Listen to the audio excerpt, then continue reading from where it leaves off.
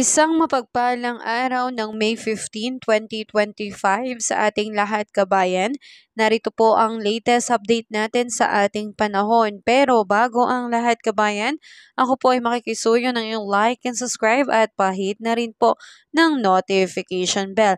Kabayan, tatlong weather system po ang siyang nakakaapekto ngayon sa ating bansa. Narito po yung frontal system na kung saan apektadong area po nito ay ang Northern Luzon. At narito rin po ang Intertropical Convergence Zone na direktang nakakaapekto ngayon sa may Mindanao at Southern Leyte. At ang easterlies naman po kabayan ay nakakaapekto sa natitirang bahagi ng ating bansa. So iisa-isahin po natin kabayan yung mga areas na pinakaapektado po nitong mga weather system natin. Ito pong frontal system ay siyang nakakaapekto ngayon sa may Ilocos Region, Cordillera Administrative Region, Cagayan Valley, Aurora at Quezon. Kaya asahan po dyan ang maulap na kalangitan na meron pong kalat-kalat na pag-ulan, kulog at kidlat.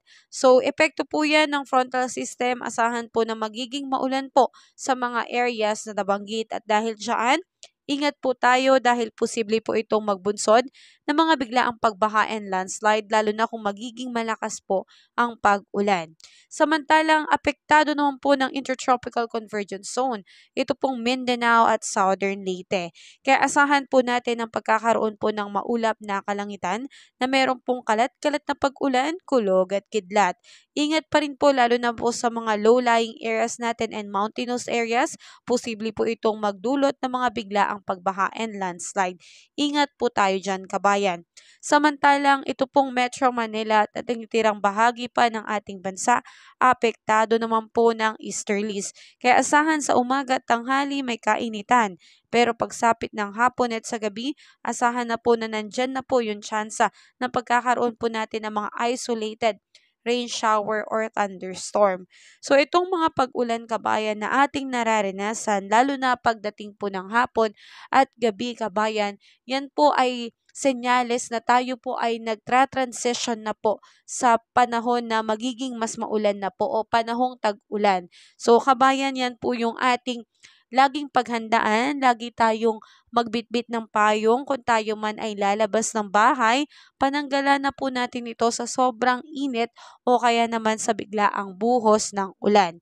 Sa ngayon, pagdating sa ating mga baybayin, wala naman po tayong nakataas na anumang gale warning signals, kaya wala po tayong dapat na ikabahala, pero mag-ingat pa rin po sa pagpalaot ang ating mga kapatid na mangingisda.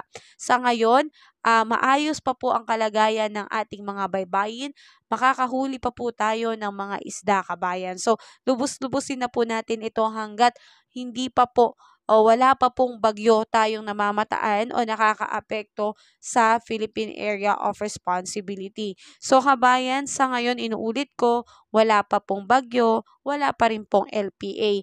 Pero tayo po ay maghanda dahil bago matapos ang buwan na ito, posibleng makaranas po tayo ng 1 hanggang 2 bagyo. So yan na muna kabayan ang aking update sa araw na ito. Pasuyo po ng iyong like and subscribe at pahit na rin po ng notification bell. Ingat tayo kabayan. Have a safe day po sa lahat. God bless sa iyo kabayan.